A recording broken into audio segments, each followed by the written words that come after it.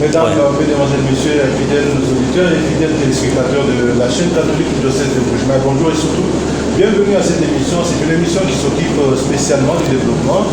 Et là, cette semaine, on s'est rendu compte qu'au niveau de la régie des eaux au Kasaï oriental, il y a un grand changement qui est intervenu. Tout le monde sait les dire aujourd'hui. Nous avons donc constaté ces grands changements qui étaient intervenus grâce à l'intervention du projet de renforcement des infrastructures socio-économiques de base dans la région du centre de la République démocratique du Congo,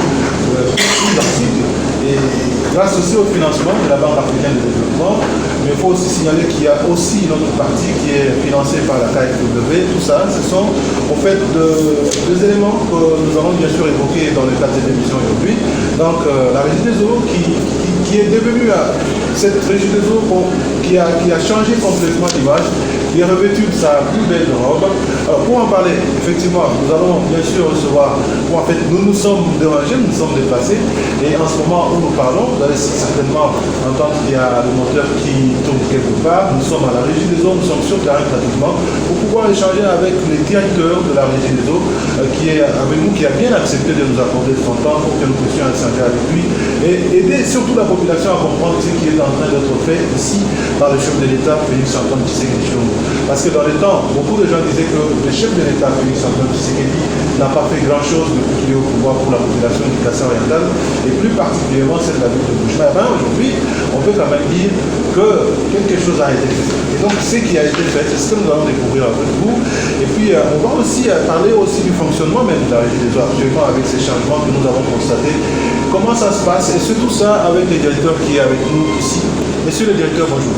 Bonjour, monsieur le journaliste. Voilà, donc, je l'ai dit dans mon introduction, c'est vraiment avec un réel plaisir que nous arrivons encore une fois de plus aujourd'hui dans ces bureaux qui nous accueillent pour la deuxième fois pour pouvoir échanger avec vous sur ces changements que nous avons constatés à la régie des eaux. D'abord, on peut dire que c'est un peu de la magie, quoi. Parce qu'on se rend compte que tout au début, là, c'était un peu difficile. On se disait, mais comment ça va être, tout ça. Aujourd'hui, c'est un grand changement. Dites-moi, qu'est-ce qui est fait ici et qu'est-ce qui reste à faire? Merci encore, monsieur le journaliste, pour venir jusqu'à nous. J'ai toujours répété que l'information, c'est comme ça. Il faut aller la chercher auprès des personnes habilitées à la donner. Tout ce qui se raconte en termes de rumeurs n'ont pas raison d'être. Il faut plutôt aller à la source pour mieux comprendre au lieu de faire une critique stérile. Alors je crois que ce n'est pas la première fois qu'on se voit avec vous. Lors de l'état des lieux, quand on a expliqué un peu la situation de l'exploitation ici, des ouvrages et tout ce qui est ici, nous avons épinglé deux gros problèmes. La vétusté des équipements et l'énergie. C'est ça en fait qui fait souffrir la ville de Bujumbura. Parce qu'avec cette vétusté, eh bien, la demande ou les besoins de la ville estimés à 175 000 mètres cubes par jour n'étaient que à 3,3% de satisfaction. 3,3% à cause de la vétusté, à cause de l'énergie. C'est vrai que la capacité installée était quand même à 42% et la capacité fonctionnelle à 18%, mais toujours c'est difficile. Actuellement, nous avons dit que pour trouver des solutions à ces deux problèmes, il faut rénover les équipements et puis il faut de l'énergie. Pour l'instant, eh bien, on commence à voir les effets de la solution sur les équipements. C'est-à-dire, on est en train d'enrayer la vétusté. Parce que, comme vous l'avez dit dans votre introduction, nous avons deux gros projets en cours. Une partie de ce projet a commencé en 2019. La deuxième partie de ce projet a commencé en 2021. Et donc, celui qui a commencé en 2019, donc le lot 1, financé par la BAD, sous la maîtrise du ministère du développement rural et sous la présentation ou la représentation de prise et sous l'exécution de Pan China et sous le contrôle de EGI Afrique, arrive presque à la fin. La date contractuelle de la fin de ces travaux, c'est le 31 mai. C'est à 6 jours. Donc bientôt là, c'est fini. Donc maintenant là, nous sommes dans la période des essais. C'est-à-dire que nous sommes en train de voir les nouveaux ouvrages qu'on a obtenus, comment les utiliser pour que la population en profite. Mais attention, nous avons toujours le problème du deuxième lot, qui n'est pas encore avancé. On est toujours autour de 35%. Et le premier lot est suffisamment avancé. On parle de 99%. Alors, le gros problème pour les équipements, c'est que le lot 1 dépend du lot 2. Et le lot 2 dépend du lot 1. C'est là le problème. Donc, malgré ce qu'on a de voir, ça, c'est la gymnastique des exploitants qu'on est en train de faire. Sinon, le château d'eau qui a été construit à SPD Bakwa Kapanga, où nous sommes maintenant, c'est 2 châteaux d'eau de 1420 mètres cubes chacun sur le 13 mètres. Et le réseau qui a été posé, c'est plus de 182 km. Les bonnes fontaines, c'est 500 bonnes fontaines construites et réceptionnées. Le branchement, c'est du matériel pour 6000 branchements pour être transférés. Attention, ce ne sont pas de nouveaux rapportements, on va y revenir. Et nous sommes déjà autour de 1300, 1400 déjà transférés. Donc il y a déjà des abonnés qui étaient dans l'ancien réseau qui sont dans le nouveau réseau. Et le travail continue. Et donc, ce site de Bakwa Kapanga a besoin de l'eau qui vient de Lukelenge. Mais Lukelenge est programmé dans le lot 2 pour la réhabilitation. Donc nous avons encore nos anciens équipements à Lukelenge que nous sommes en train de surutiliser pour essayer de satisfaire la population. Alors, le groupe motopompe que nous attendons pour le lot 1 qui vont être installés à Bakwa Kapanga, c'est-à-dire 9 groupes motopompes, de nouveaux, donc 4 pour la zone moyenne, 5 pour la zone haute. La zone moyenne là, c'est pour refouler à Chilomba. Or, à Chilomba, on n'a pas encore construit les châteaux d'eau. Parce que là aussi, on doit construire 2 châteaux d'eau de 1063 mètres cubes. C'est le va très vite. Donc, même si ces groupes motopompes arrivent maintenant, nous ne saurons pas les utiliser parce que devant refouler dans un château d'eau qui n'est pas encore construit.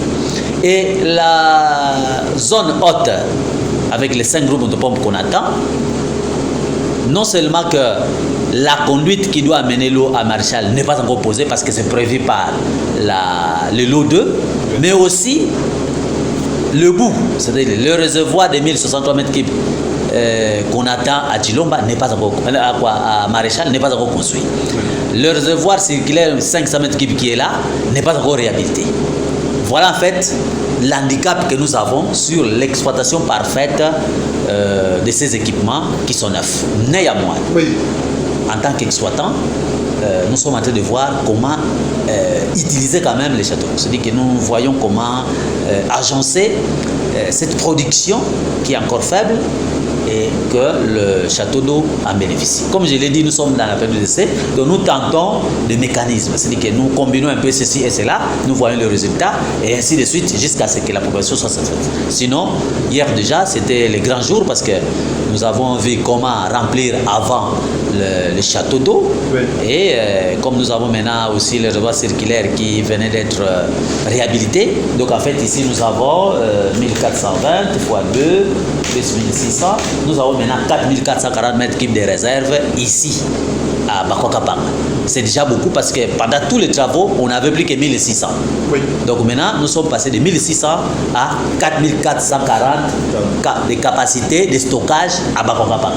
Quand je divise par 1600, c'est déjà 178% d'accroissement.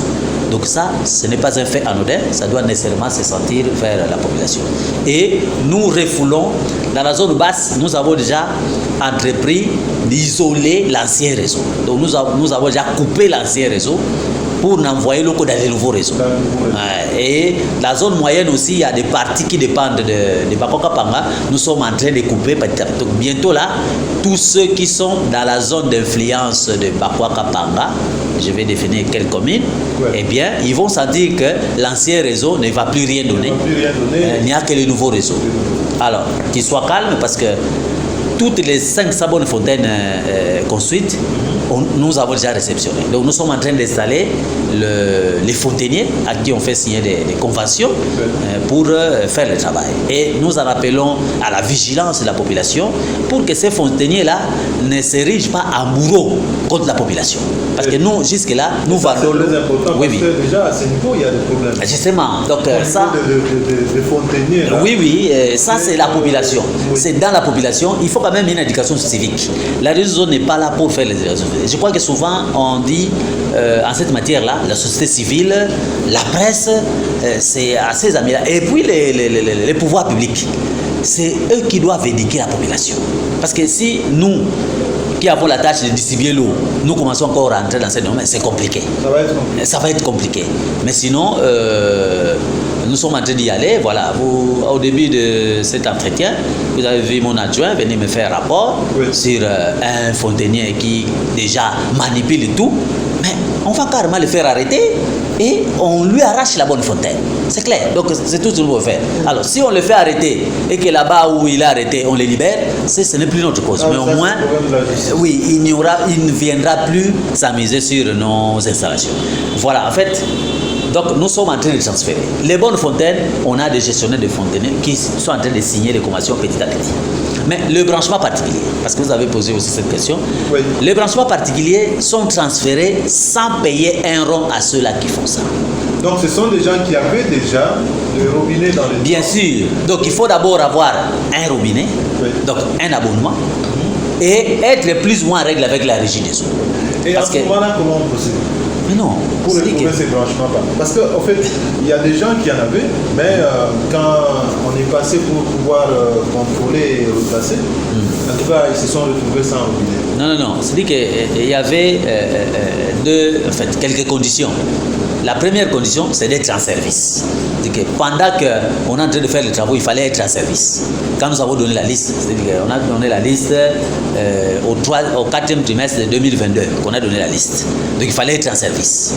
Or, sur les 19 500 branchements particuliers existants, nous n'avions que 2800 en service. Donc quand vous voyez 2800 divisé par 19 500, eh bien, c'est seulement 14%. Donc, la première condition, c'est d'être en service à ce moment-là où on faisait la liste.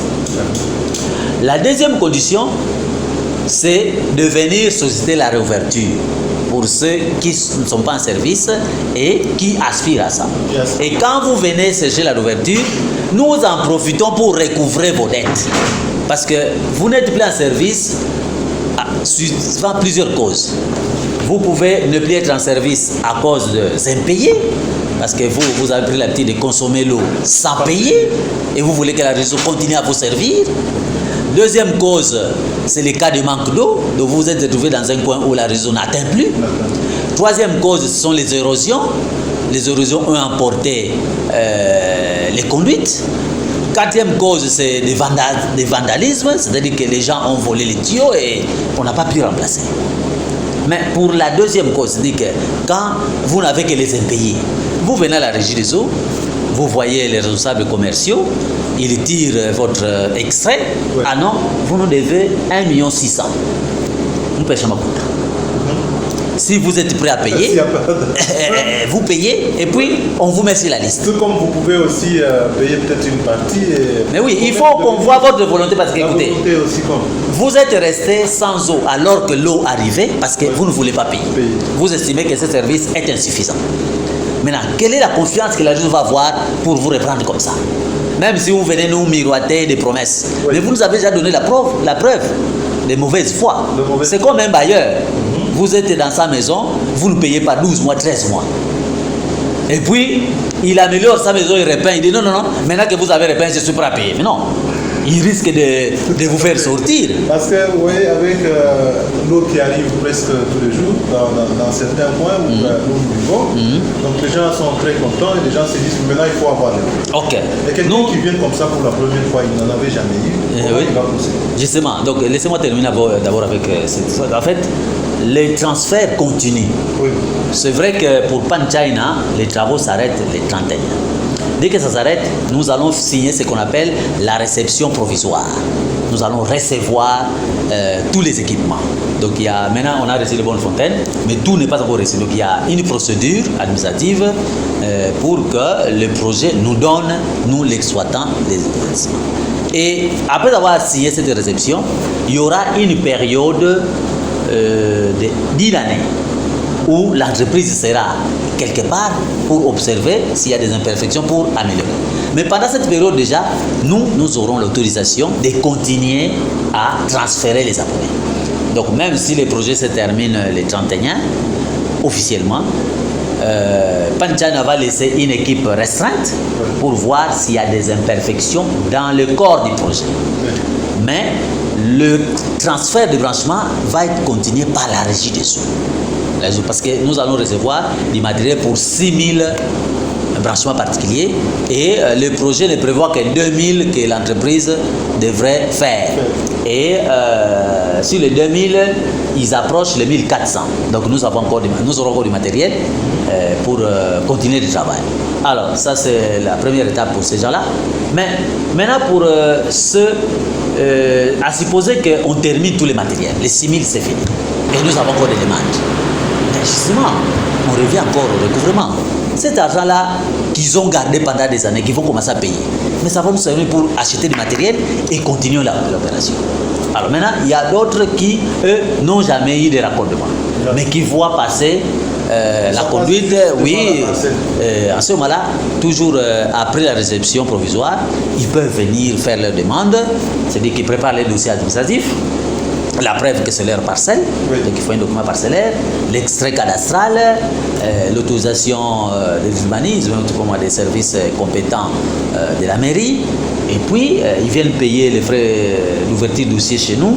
Après, on calcule les devis et on leur soumet les devis, ils payent, nous venons faire les branchements. Alors, les frais d'ouverture, là, ça peut être évalué comme... Bon, écoutez, il faut demander un peu à nos amis de distribution, mais sinon c'est pas grand chose. Je voudrais pas donner ces montants parce qu'il y en a qui croient que c'est les coûts des raccordements. Non, les frais d'ouverture de dossier diffèrent du coût du branchement. Voilà pourquoi je m'abstiens de ne pas dire ah non, ne pas dire autant. Donc il y a un petit montant là qui n'est pas trop pour ouvrir le dossier, et après les agents du réseau ou de distribution viennent mesurer. Ils viennent mesurer, ils voient la distance, ils voient d'abord si la conduite mère passe devant vous, ils voient vous êtes éloigné de combien de mètres entre cette conduite mère et votre parcelle, ils voient combien de mètres il faut pour rentrer dans votre parcelle, parce que si vous êtes du côté de la conduite, c'est moins de mètres que si vous êtes de l'autre côté de la conduite. On voit la longueur de votre parcelle parce qu'on fait payer ce qu'on appelle la redevance conduite mère. Voilà les conditions qui diffèrent d'un client à un autre. Voilà. Donc on ne peut pas donner ces montants ici maintenant. Et là, nous croyons que les amis, en fait, les téléspectateurs, les auditeurs ont bien suivi toutes ces conditions-là. Parce qu'ils veulent bien avoir les robinets d'eau dans les parcelles, ils peuvent facilement les faire maintenant parce que ce n'est pas du tout compliqué. Parce qu'il y a des gens qui pensaient qu'il fallait peut-être dépenser des millions pour en avoir. Non, c'est voilà, pas... Donc, je donne quand même l'ancien prix moyen pour un raccordement. En tout cas, le moins cher, c'est autour de $160. Oui. $160. Alors, maintenant, ça va dépendre de chaque condition des clients. La condition, c'est par rapport à la gestion des bornes. Ouais. Je voudrais que vous puissiez un peu expliquer aux téléspectateurs, aux auditeurs, comment ça se fait. Parce que là aussi, il semble qu'il y a quand même des problèmes. Donc, des gens qui pensent que, parce que la borne fontaine plutôt est placée devant sa parcelle, c'est vraiment son bien privé, propre. Bon, alors, je voudrais signaler d'emblée que, en tout cas, du moins pour toutes les nouvelles bornes fontaines, ce sont, en fait, ça fait partie du patrimoine de la régie des eaux. Ce n'est pas un bien d'un individu. Nous avons recruté les fontainiers et suite à cet excès de vandalisme, nous avons préféré privilégier les riverains des bornes fontaines. Ça, c'est une question stratégique pour que ces riverains fassent d'office les gardiens de ces bornes fontaines. Mais ça ne leur donne pas le droit de propriété.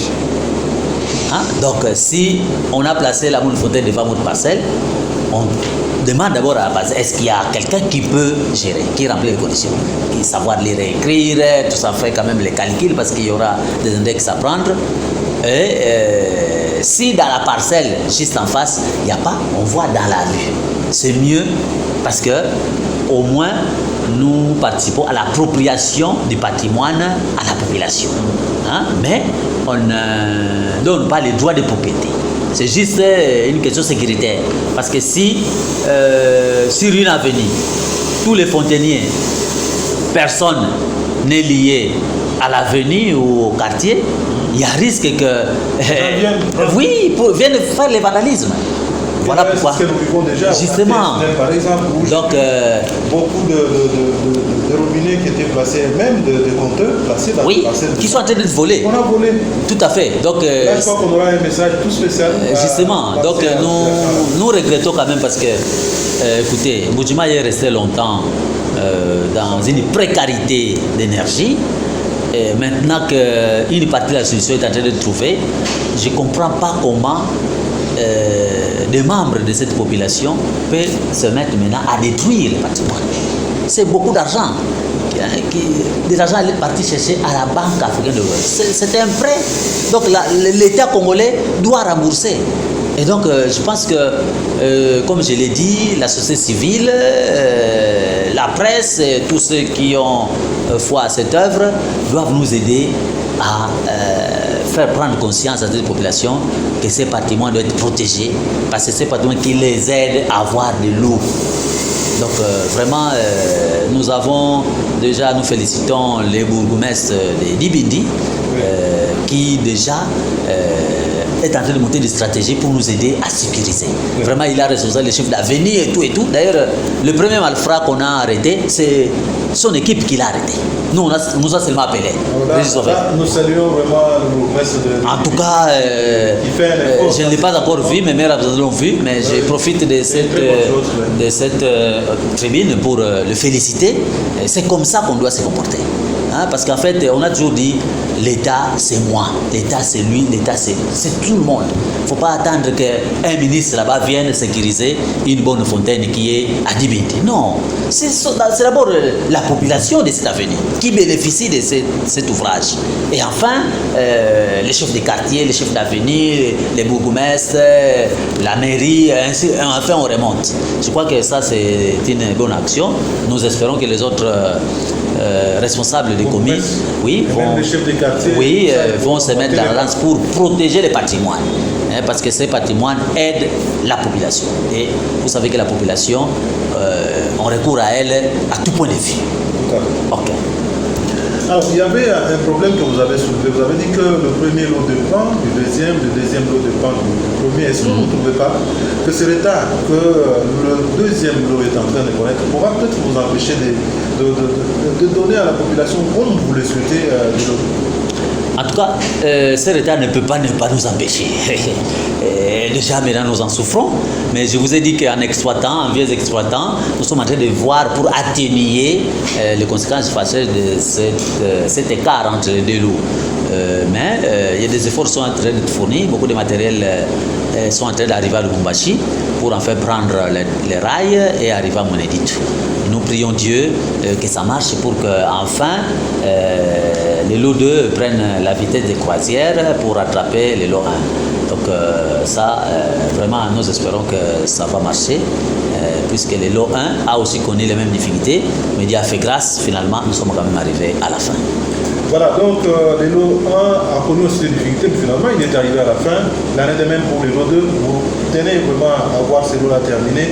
Et je crois que toute la population de Mbujima tient à voir vraiment ces lots-là terminés, parce que Mbujima, ce n'est pas seulement les 3 communes, la commune de la Kanchi, la commune de Dibindi, et aussi la commune de Goulou, voire même une partie de Mouya, mais c'est aussi Bipembe de l'autre côté, là où c'est un peu ce qu'on vous appelez la zone haute. Justement, donc je profite de l'occasion pour préciser la zone d'influence de Bakwakapanga, donc les deux châteaux, dont nous avons spécialement la commune de Dibindi et la commune de Mouya. On ajoute une partie de Dioulou, c'est-à-dire que si vous êtes à Kemek, sur l'avenue Odia, vous êtes sur l'avenue Kasavubu, la partie droite, quand vous regardez vers Tchikila, donc c'est cette partie-là qui est arrosée par le lot 1. Et le lot 2, lui, va arroser la commune de Dioulou, la commune de Kanchi et la commune de Bipemba. Et ça, il va encore attendre un peu. Oui. Alors maintenant, on revient à la grande difficulté que vous avez. C'est la difficulté de l'énergie. Est-ce qu'il y a une partie de solution qui a été trouvée ou c'est toujours le même problème qui pourra encore une fois de plus se réjouir et vous empêcher de travailler? Parce que l'énergie électrique, c'est ce qui permet de donner de l'eau à la ville. En tout cas, moi je n'ai pas froid aux yeux pour dire que jusqu'à présent, il n'y a pas encore de solution durable sur l'énergie. Vraiment, il n'y en a pas. Et ça nous inquiète. Parce que ces gros investissements en cours, l'îlot 1 et l'îlot 2, ne pourront être parfaits ou ne pourront être pleinement ressentis par la population que si le volet énergétique trouve des solutions. Or, ma foi, jusqu'à ce jour, il n'y a pas encore de solution. Et comme solution pour nous, c'est peut-être une source hydroélectrique. Parce que ce soir de thermique, eh bien, nous en souffrons. On en a parce parlé avec la KFW. Oui, bon alors, donc en fait, les thermiques, en fait, c'est l'utilisation des groupes électrogènes et les groupes électrogènes ont besoin du gasoil. Pour l'instant, les groupes électrogènes que j'ai consomment 180 litres par heure à Lukelenge et 104 litres par heure à Bakokabanga. Ça fait 284 litres par heure. C'est beaucoup trop. Combien d'heures je vais faire par jour pour tourner? C'est beaucoup trop. Et si je m'en tiens qu'à ça, je devais avoir un prix de vente de l'eau vraiment excessif. Or, on me défend d'avoir un prix même qui me permet d'acheter ces carburants. Et donc, il faudrait qu'on ait une source hydroélectrique. Alors, avec KFW, il y avait un projet, mais ce projet n'a pas abouti, pour des raisons que je ne voudrais pas évoquer ici. Mais ce projet n'a pas abouti. Alors, maintenant, KFW nous parle des centrales photovoltaïques. Bon, c'est leur choix. Nous, en tant qu'exploitants, nous avons peur de ces centrales photovoltaïques parce que nous sommes dans une province où déjà ceux qui exploitent les panneaux solaires, c'est-à-dire les AZRF, déclarent que c'est sur l'année, c'est seulement 3 mois sur 12 qu'ils ont l'assurance d'avoir du soleil capable d'alimenter leurs panneaux. Et pendant la journée, sur 7 heures de fonctionnement, ils sont entre 3 et 4 heures de soleil. Et tout le reste, c'est avec la centrale thermique. Alors nous comprenons. Alors maintenant, nous prenons la vie. Maintenant, nous souffrons pour avoir les carburants. Et c'est cher. Ça rend les coûts de l'eau plus chers qu'avant. Alors, mais comment on va s'engager dans une structure où on nous dit que sur l'année, c'est seulement 3 mois et 9 mois avec les carburants? Qu'est-ce qu'on a fait? On n'a pas avancé, on a reculé. Donc voilà pourquoi nous tenons plutôt à un projet décentralisé. Parce que même ce projet photovoltaïque, vous allez voir dans les clauses, il faut que ça soit interconnecté avec une source fiable d'hydroélectricité. Où est la source fiable d'hydroélectricité dans cette contrainte? Moi, je n'en connais pas. Monsieur le directeur, je me rappelle en 2021, si je ne me trompe pas, si je ne m'abuse pas, 2021, au mois de décembre, le chef de l'État, au cours d'un conseil de ministres, avait donné un ordre pour que, en tout cas, que la MIBA puisse céder une partie de son site de Tchala à la KFW. Là aussi, ça n'a pas marché. Qu'est-ce qui s'est passé? Bon, je n'ai pas voulu évoquer ça, mais bon, vous me forcez d'évoquer. Écoutez, c'est vrai, nous avons tous suivi. Et ça a encore pris un peu de temps pour que la MIBA cède. Finalement, je pense que c'est en mai 2022 qu'on a cédé. Mais quand vous voyez le début du projet, 2015 et 2022, ça fait 7 ans. Donc nous avons perdu 7 ans pour démarrer les projets. Or, 2022, le projet en soi peut vous prendre 7 ans parce qu'il y a beaucoup d'étapes. Hein? Les études, la certification des études, la recherche des entrepreneurs, c'est le lancement des appels d'offres, les soumissions, l'évaluation, et puis la vie de non-objection, tout ça, ça prend du temps. Et la mise en œuvre. Nous sommes dans un coin où, pour acheminer du matériel, en tout cas, ça pose un problème. Donc on pouvait prendre 7 ans. Alors, quand vous prenez 2022 plus 7, ça fait 2029. Or, le lot 2 prévoit de terminer ces travaux en 2024. Donc, ça allait faire un peu compliqué. Ah, voilà, justement. Et je crois que c'est parmi les raisons où KfW a dit, écoutez, c'est sans objet. Parce que c'est depuis 2015 qu'ils attendaient ça, ils n'ont pas eu. Et ils ont trouvé des raisons là qu'ils ne voulaient pas évoquer ici, juste pour dire que non, on n'est plus partant. Par contre, ils ont de l'argent pour une centrale photovoltaïque. Hein? Ils auraient 20 millions d'euros. Est-ce que c'est pas cet argent qu'ils ont converti maintenant? Je ne sais pas. Écoutez, c'est une banque. Hein? C'est une banque. Quand une banque vous fait un don ou un prêt, et 7 ans plus tard, vous n'utilisez pas, qu'est-ce que la banque là va faire? La banque récupère. Ah, mais je ne sais pas, c'est son argent. Voilà, là, je suis en train d'insister parce que la population a besoin de toutes ces informations-là pour ne pas rester dans des spéculations. Oui. Alors, maintenant, on en vient à cette histoire de prix de l'eau. Vous en avez parlé. Oui. L'eau coûte combien Écoutez, à la bonne l'eau pour l'instant à la Bonnefontaine, la régie eau facture 100 francs les bidons de 25 litres. Seulement. De ces 100 francs, nous enlevons la TVA. Oui. C'est-à-dire 100 francs, donc 16 francs. Donc 100 francs moins 16 francs. 100 francs Je crois qu'il reste. moins 16 francs. Il reste 84. De ces 84 francs, nous rétribuons 20% aux fontainiers.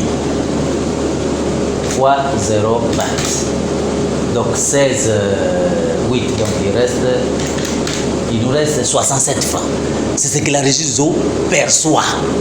Parce que quand il vient avec 84 francs, nous lui donnons encore 16 francs, oui, les fontainiers, pour ces prestations. Malheureusement, les fontainiers s'amusent à vendre à 200, à 300, ça, à 400. Alors maintenant là, alors que moi j'ai fait des communiqués où j'invite la population à dénoncer ces fontainiers qui font ça. Parce que j'ai plus de 1000 bonnes fontaines. Je ne peux pas engager 1000 agents pour surveiller chaque bonne fontaine. C'est pas possible. Alors qu'est-ce que je vais rester pour fonctionner? Donc là, moi j'en profite aussi pour dire aux fontainiers que, en fait, quand on vous a désigné, c'est pour servir la population. Ce n'est pas pour chercher à vous servir dans le pauvre fontaine. Aujourd'hui même la population, on vous a demandé d'aider la population à mieux gérer cette bonne fontaine-là. Gérer complètement, très bien votre bonne fontaine. Vous avez quand même, moi je viens de découvrir qu'ils ont quand même quelque chose. Mais c'est clair. Ça, et aussi. Donc, mais eux, ils s'amusent à gagner plus. C'est-à-dire que quand vous prenez ceux qui vendent à 300 francs, ouais, mais ils ont 367 francs pour eux. Non, ils ont plutôt 300 moins 67. Et c'est ça, c'est l'argent qu'ils gagnent sur les dos de la région. Oui, et sur les dos et de la région et de la population. Donc ils volent à la fois la régie des eaux et ils volent la population. Et voilà pourquoi il y a une commission pour descendre enquêter. Chaque fois qu'on appréhende, on a tendance à aller en justice, à réprimer. Et si tous ceux qui ont des bonnes fontaines construites dans le cas du projet, on arrache la gestion. Là où on n'a pas de problème. Là où on a des difficultés, ce sont les fontaines qui étaient des branchements particuliers des abonnés, transformés en bonnes fontaines. C'est là où on a des difficultés, parce que c'est son raccordement. Oui. On ne peut pas prendre quelqu'un d'autre pour aller gérer. C'est là où on a des difficultés. Et parfois, la majorité des bonnes fontaines de Bujumbura, c'est ces domaines-là. Et là, c'est une difficulté. Car cela ne tient si un fontainier comme ça se comporte mal. Mais on vient déterrer. On déterre et puis on met fin à votre raccordement. Donc, ça, c'est un message très fort aux fontainiers qui augmentent le prix de l'eau sans l'autorisation de la régie des eaux. Parce que la régie des eaux, pour augmenter les prix, selon ce que nous avons appris, a demandé au gouvernement provincial et de fois même pourquoi l'Assemblée s'impliquer là-dedans. C'est dit que c'est quand même il y a vice de forme là-bas. On nous dit une société commerciale. Nous devons être capables de fonctionner. Mais ça, c'est même au niveau national. On nous empêche. Dernièrement, il y avait une décision au Conseil des ministres. Le nouveau directeur général voulait introduire une demande pour revoir un peu les prix. Parce qu'il a examiné l'entreprise, il a vu les charges de l'entreprise, il a vu les prix de revient de l'eau, il voit les tarifs du maintien. Mais on me demande de faire ça, mais avec quels moyens? Avec quels moyens? Ça, c'est vrai.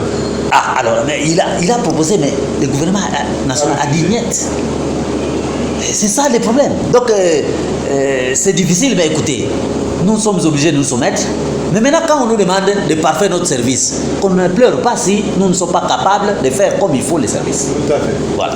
Voilà, donc nous sommes en train de tendre vers la fin. Je crois que c'est maintenant le moment d'adresser le message à la population de Mbuji-Mayi. Parce qu'on a vu, la population voit tous ces gros investissements.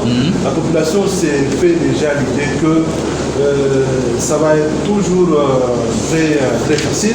Alors qu'ici, vous avez encore de petites difficultés. Oui, oui. De grosses difficultés. Ah oui, je disais des petites. Non, des grosses difficultés. De toute façon, on a dans ce message que vous allez peut-être lancer à la population. Oui. Je vous remercie encore de tous ces échanges qu'on vient de voir. Eh bien, le premier message, c'est de rappeler qu'il n'y a pas une goutte d'eau qui peut quitter Loukelenge, sortir dans un robinet situé à Dibindi, à Mouya, à Dioulou, à Kanchi, à la ville Miba, à Bipemba, sans qu'il y ait de l'énergie. C'est impensable. La dénivellation que nous avons entre le premier et le dernier point, voilà. Nous avons une dénivellation ici de 250 mètres. La dénivellation. Donc à partir de Loukelenge jusqu'à Bibara, la dénivellation c'est 250 mètres. Il faut une force pour pousser. Alors, cette énergie n'est pas gratuite. Il faut la payer. Il faut la payer. Que ce soit une énergie hydroélectrique ou une énergie autoproduite, ça a un coût.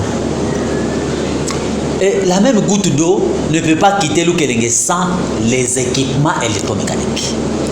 Ces équipements électromécaniques, si même la créature de Dieu, l'homme que nous sommes, tombe malade, doit se faire soigner. A fortiori, quelque chose fabriqué des mains de l'homme. Oui. Donc ça tombe en panne, ça a besoin des entretiens, ça a besoin d'un suivi particulier. Et cette goutte d'eau ne peut pas quitter Loukelenge, je répète, sans qu'un homme ne suive. Donc nous avons un personnel là-dessus. Et quand ça arrive là, il faut une administration avec toutes les conséquences. Bref, il y a un prix de revient de cette goutte d'eau pour que cette goutte continue à arriver. Et ces coûts de revient ne peuvent être pris en charge que par le consommateur. Il y a maintenant les prix vendus. Il y a une norme commerciale. Normalement, le coût de revient, il faut le dire par 1,25 pour avoir les prix de vente. Oui. Malheureusement, cet exercice nous est impossible parce que nous avons une pression pour que la population ait toujours le mieux. Mais c'est un cercle vicieux. Oui. Si le coût de l'eau n'est plus pris en charge, n'est plus à même d'être pris en charge par la réseau, mais la réseau ne s'est plus donné. Donc c'est toujours la population qui a souffert. Pour les cas d'espèce, quand je vois les 2 premiers mois de l'année ici, oui, la moyenne de charge c'est 445 millions.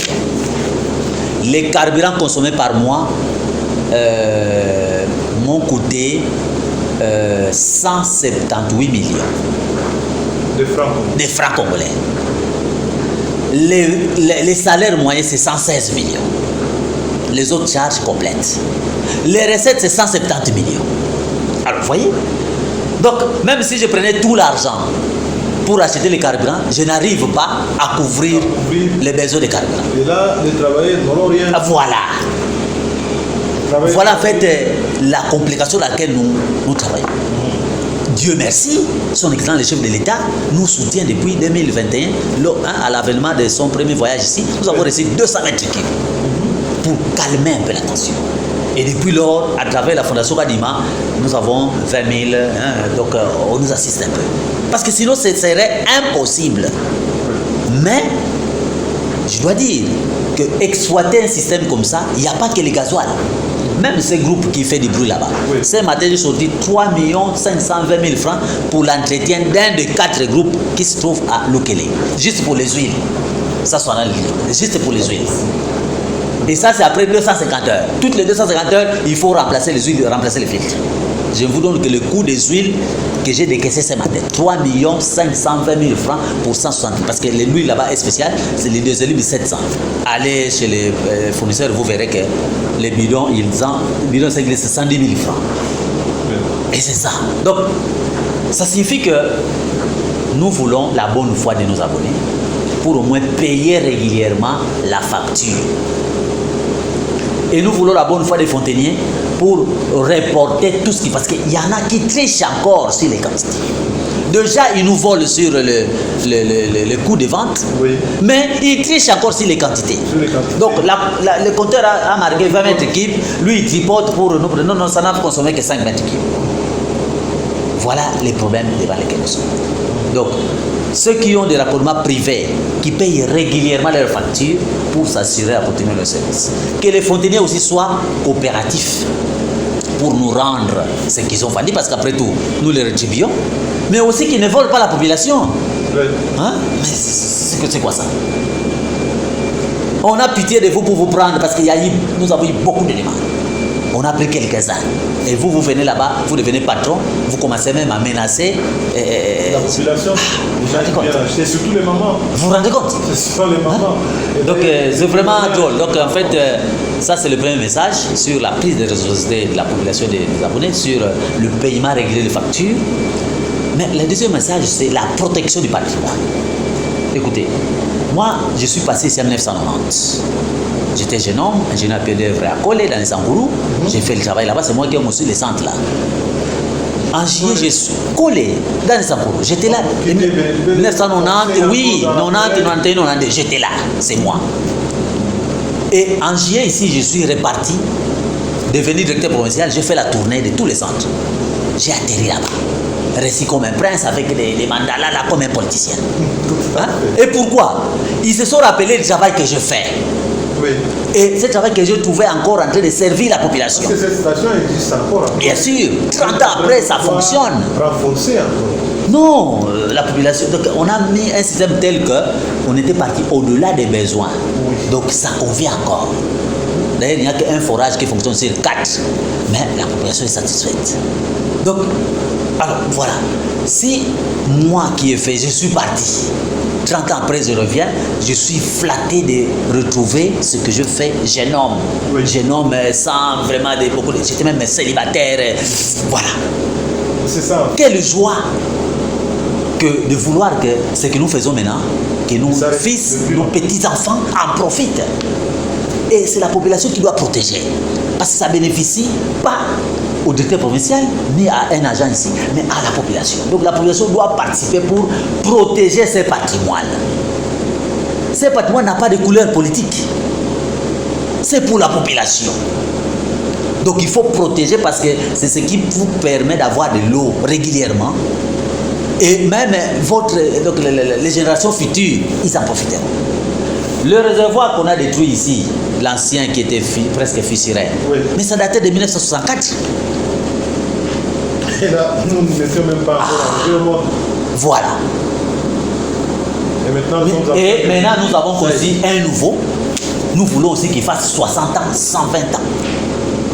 C'est clair. Et personne d'entre nous ici va vivre 120 ans pour voir la fin de cet ouvrage. Voilà ce que nous souhaitons. Mais pour que ça passe, il faudrait que ça s'inculque dans la population. Les générations, nos générations, nous, ils donnent les leçons aux générations plus faibles et puis aux enfants. Qu'on leur apprenne comment protéger, ou la culture de protéger les patrimoines publics. Que ce soit un robinet, que ce soit une toilette publique, que ce soit une route, que ce soit un bureau du quartier. Il faut protéger. Les caniveaux qu'on est en train de faire maintenant, on est en train d'arranger. Et vous jetez la saleté là-dedans. Mais c'est pas bon. Donc ça, c'est une culture. La population doit savoir protéger son patrimoine. La population doit comprendre où est son intérêt. Son intérêt, c'est avoir de l'eau chaque jour. Alors, protégez ça. Protégez ça, mais c'est quoi ça? Pourquoi détruire ça? Voilà, donc c'est sur cette note que nous terminons cette émission, monsieur le directeur. Je crois que nous allons encore finir cette émission à l'extérieur.